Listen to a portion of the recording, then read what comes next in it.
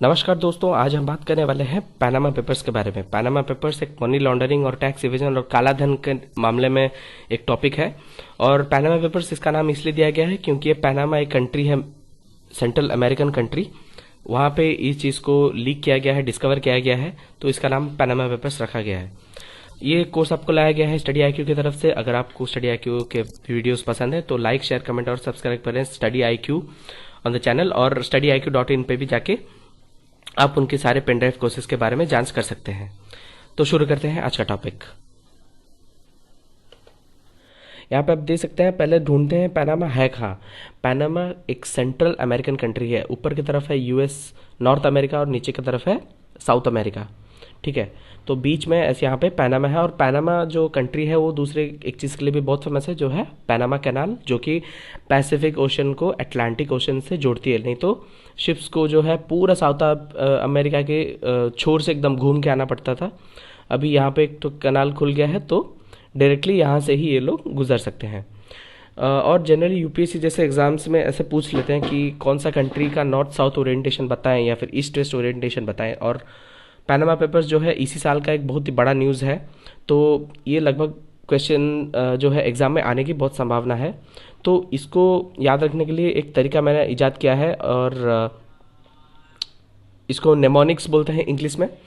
तो central America में जो कंट्री है उनके नाम मैं पढ़ लेता हूँ एक बार। Belize, Guatemala, El Salvador, Honduras, Nicaragua, Costa Rica और पैनामा। ओके, तो इसको याद रखने के लिए सारे जो कंट्री के जो पहले अक्षर हैं BGHENCP, इनको मिला के एक हम याद रखने के लिए एक ठो छोटा सा वर्ड बना लेंगे या फिर सेंटेंस बना लेंगे, जो ऐसे होता है कि big gorillas eat hot dogs not cold pizzas. ठीक है, big gorillas eat hot dogs not cold pizzas. ठीक है, इसको आप अच्छे से याद कर लेना, ये एग्जाम में आने की चांस है इसका।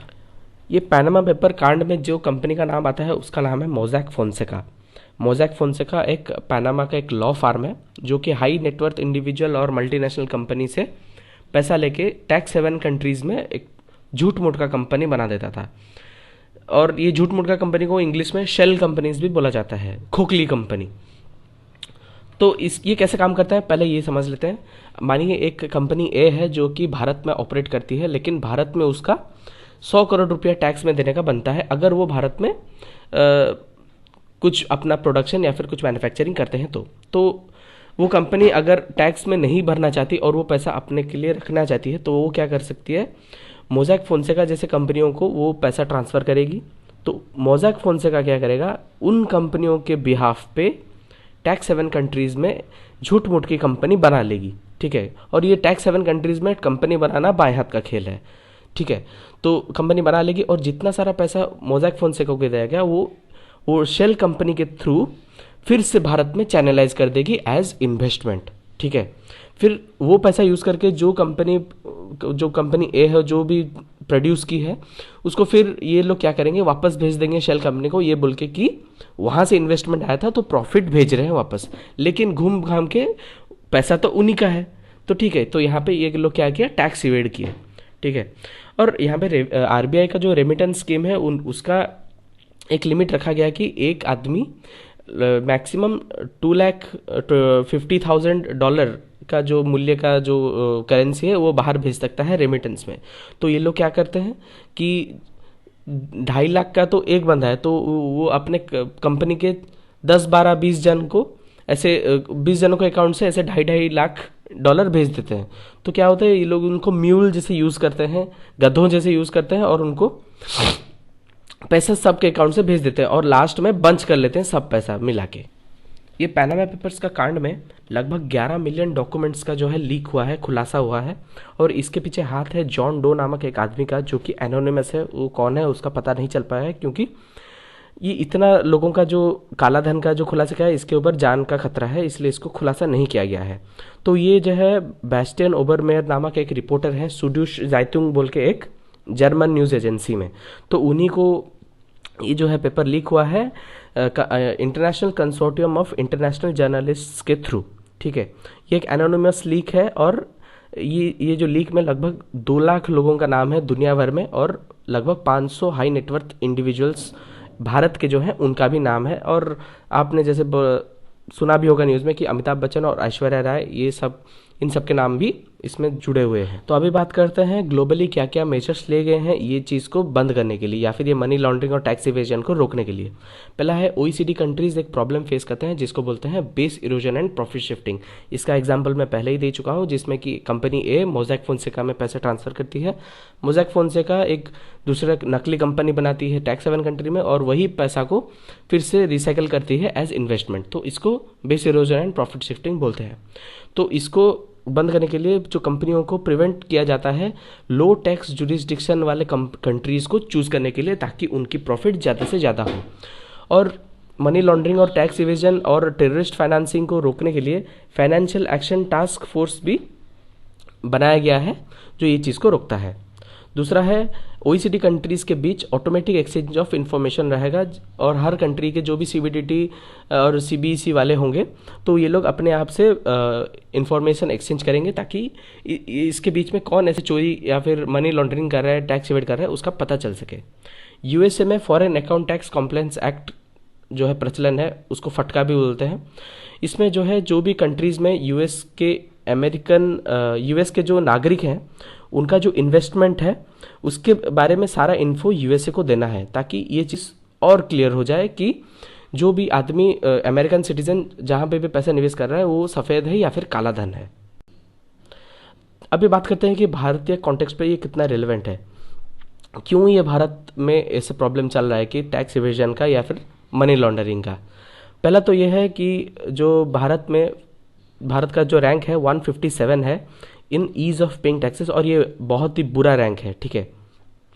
और ये जो ईज़ ऑफ पेइंग टैक्सेस है ये दो संस्थान मिलकर निकालते हैं, जो पहला है वर्ल्ड बैंक और उसका हेल्प करता है PwC नामक एक ऑर्गेनाइजेशन, ठीक है।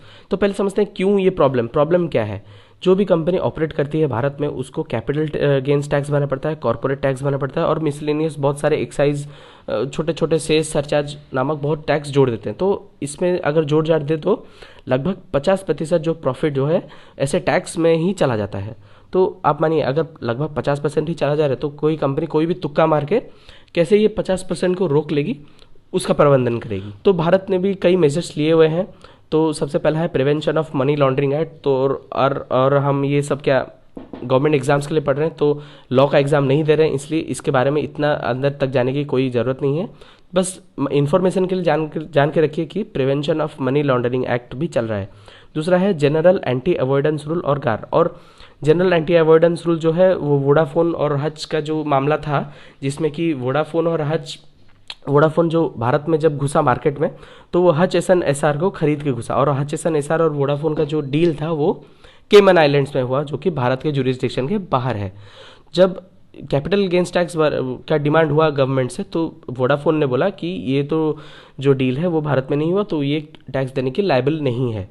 तो लेकिन भारत का ये बोलना है कि जो भी वैल्यू का जो ट्रेडिंग हुआ वहाँ पे, जो भी कंपनी वोडाफोन खरीदी उसका क्या है, उसका जो चीज़ों का वैल्यू वो भारत से आया है, ठीक है। तो इसीलिए भारत को कैपिटल गेन्स टैक्स देना बनता है।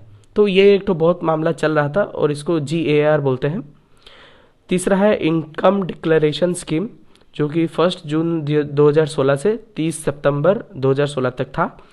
और इसमें जो भी लोग अपना टैक्स का जो है इसमें जो भी लोग अपना इनकम का डिक्लेयर करेंगे उनका आइडेंटिटी कॉन्फिडेंशियल रखा जाएगा और उनको फ्यूचर प्रोसिक्यूशन से इम्यूनिटी दी जाएगी regarding to money laundering and tax evasion. और इसमें जो भी लोग डिक्लेयर करेंगे उनको 30% टैक्स देना पड़ेगा और कृषि कल्याण सरचार्ज 7.5% और पेनल्टी 7.5%। तो लगभग 45% जो लोग वो डिक्लेयर किए उसको वो टैक्स में भर देंगे, ठीक है। और इसमें इसका रिपोर्ट अभी अभी आया है जिसमें कि लगभग 65,000 करोड़ का जो है इनकम डिक्लेयर हुआ है, जो कि पहले नहीं हुआ था।